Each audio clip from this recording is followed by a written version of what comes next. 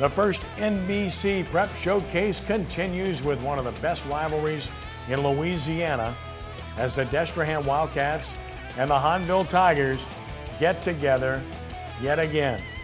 Get there early if you want to see the game. You'll be standing and watching otherwise. Some of you won't even get in.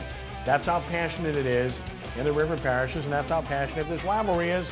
Destrehan, Hahnville, and you can watch it at sportsNOLA.com and on WHNO TV 20. Watch it on WHNO Saturday at noon after watching on SportsNOLA Friday night. Ken Trahan, SportsNOLA TV, another great week of high school football. And of course, you had a chance to watch our first NBC Prep Showcase game from the West Bank this past Friday night. A rivalry renewed. They hadn't played in well over a decade. The Archbishop Shaw Eagles and the West Jefferson Buccaneers. The great senior running back, Trey Regis, all kinds of Division I offers. Tulane wants him badly. Nice cutback, runs to daylight. Watch what I like about him, though. He doesn't have great speed. He has good speed, but you'll see it coming up. His jump cuts are outstanding. He has tremendous vision. The other thing, Ricky, as you will note, is that he'll change hands when he sees traffic coming. Watch this. He'll do it 2 or 3 times. Put it to the outside hand. Get the ball away from the defenders. That's technique. That's sound skill, isn't it? Yeah, you can do that when you're in the open field like he did, and I show you that he's a great running back. But going like you say, Tulane won him, but it'd be hard for the guy to stay to Tulane. I mean, he's a great running back. Yeah, he's got all kinds of offers. 278 yards, 3 touchdowns, brilliant performance by Trey Regis. Shaw only enhanced his status. 44-14 win for the Eagles, and they get Holy Cross this week. John Curtis, Brother Martin, that's a huge game this week to open Catholic League play. 2 outstanding teams, highly ranked teams. Kudos to Archbishop Rummel. They're ranked, 14th in the nation, and they went to Wayne County and beat a very good Wayne County team in Waynesboro on ESPN, too, no less, so national exposure there. Our Louisiana teams continue to show well. West Monroe beat Madison Central Mississippi, another good win over an outstanding out-of-state opponent. Another good year of high school football in the area, huh, Ken? Well, it really is, yeah. And Ricky knows all about it. He pays attention. And when you see our Louisiana schools doing as well as they're doing against outside competition, that's where you really get to measure teams, Ricky, is when you see them against the teams from out of state.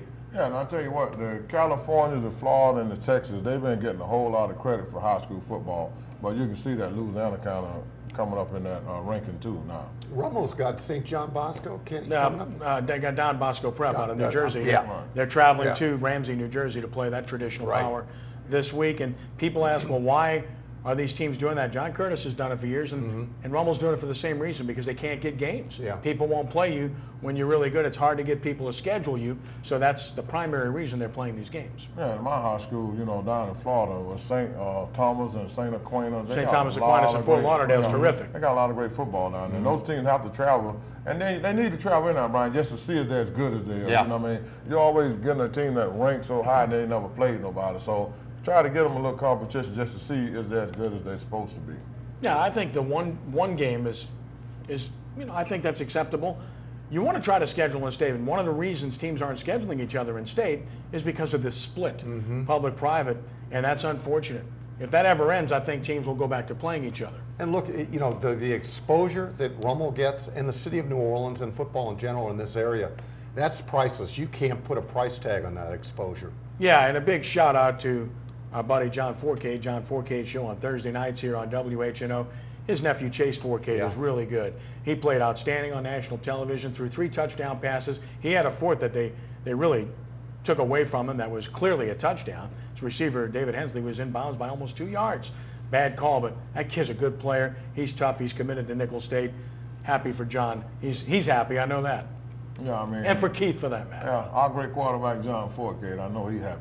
Yeah, it's all good. Keeping the family name alive, even though he's at the East Bank Archbishop School as compared to the West Bank Archbishop School that John played for. We're back in a moment with a wrap on SportsNOLA TV here on WHNO TV 20.